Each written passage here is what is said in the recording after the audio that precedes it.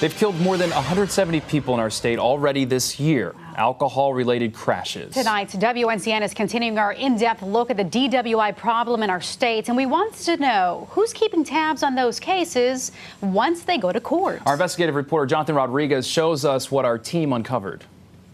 Well, Sean Sharon, we started as a project just to spread awareness about how detrimental drunk driving is. But when we started to take a close look at how many arrests actually lead to a conviction, the numbers just weren't adding up. So we promised we'd work to try and find out why so many cases were being dismissed.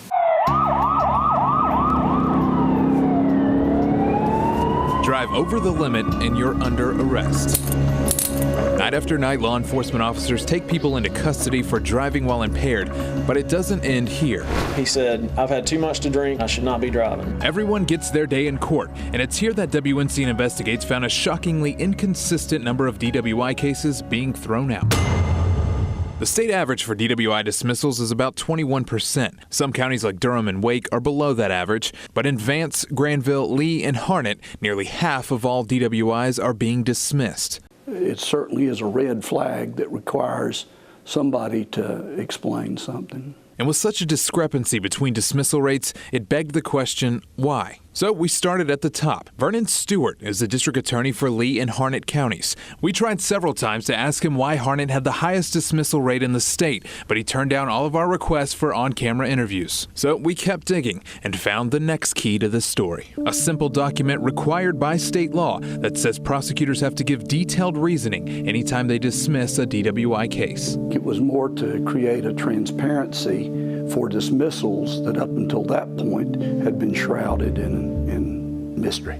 The Administrative Office of the Courts is responsible for these forms, and Judge John Smith is the director. They should be more easily available. I mean, we don't contest that. And we asked the AOC for all the documents for Harnett County, but it turns out their databases are so old, this is from the 1980s, that they never kept track of them. They're buried in each individual case file. Lawmakers passed a bill for these documents to be part of a new integrated data system so that the AOC and the public could keep tabs on things like high dismissal rates. That was 8 years ago. So why hasn't it been done? Our budgets have been continually cut instead of increased. So it all comes down to funding? It comes down to paying for the rewrite of that database. A task Judge Smith says would cost close to $25 million. To date, they hadn't really done anything to provide that transparency. It's a problem highlighted in a 2013 audit that calls out the AOC for lack of transparency, and State Auditor Beth Wood says it's been long enough. You would think for something this important, statutorily mandated, and over 8 years now, they get $29 million a year. They haven't been able to come up with $25 million to provide the transparency to the citizens of North Carolina. I just have to step back and say, are they really trying? So with no other choice, we hit the file room in Harnett County and went through every single closed DWI case from 2012 and 2013 to try and find our answer why. As it is now, it requires some labor, as you probably know from having done the research, to get that information, and it's harder to get, but it's not impossible to get. More than 550 files later, we were left with a myriad of excuses and a lot more questions. The so-called all-telling document was anything but. Some documents were only halfway filled out. Others gave no detailed explanation. Is that the way these forms are supposed to fill out? Is that the time? No. The statute clearly says that there should be a more detailed statement. Of the cases dismissed, about 18% were thrown out because officers were not showing up in court. Another 23% had no probable cause.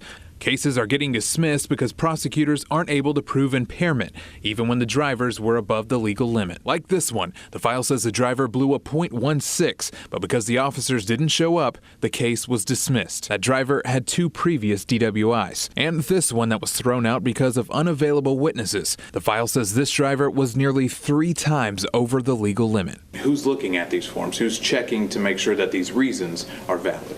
Well, I assume the elected DA who manages his staff. But is there any checks and balances?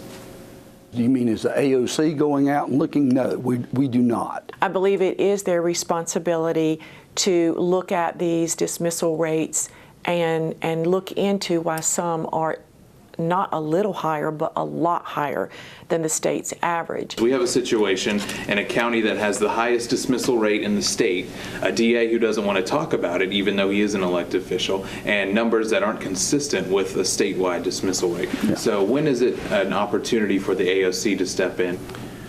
Well, that is a difficult question. It has to do with staffing and available resources. Judge Smith believes a system upgrade is coming soon, but says it's in the hands of lawmakers. It seems to me that they ought to be able to find the funds to help us. Until then, he says while the problem may have many players, the answer should be in one place. It's the elected DAs who are ultimately responsible.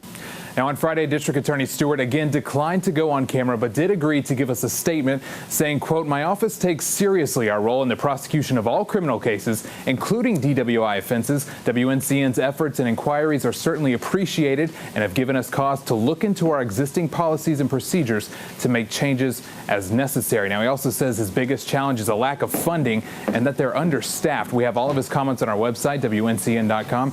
In the meantime, the state auditor says she will be back to the AOC to see what progress has been made there. I'm Jonathan Rodriguez, WNCN News. Jonathan, fantastic work. You can see the first two parts of our investigation into the broader epidemic of drunk drivers right now on WNCN.com. You can also join in the conversation on Twitter by using the hashtag BoozeItLooseIt.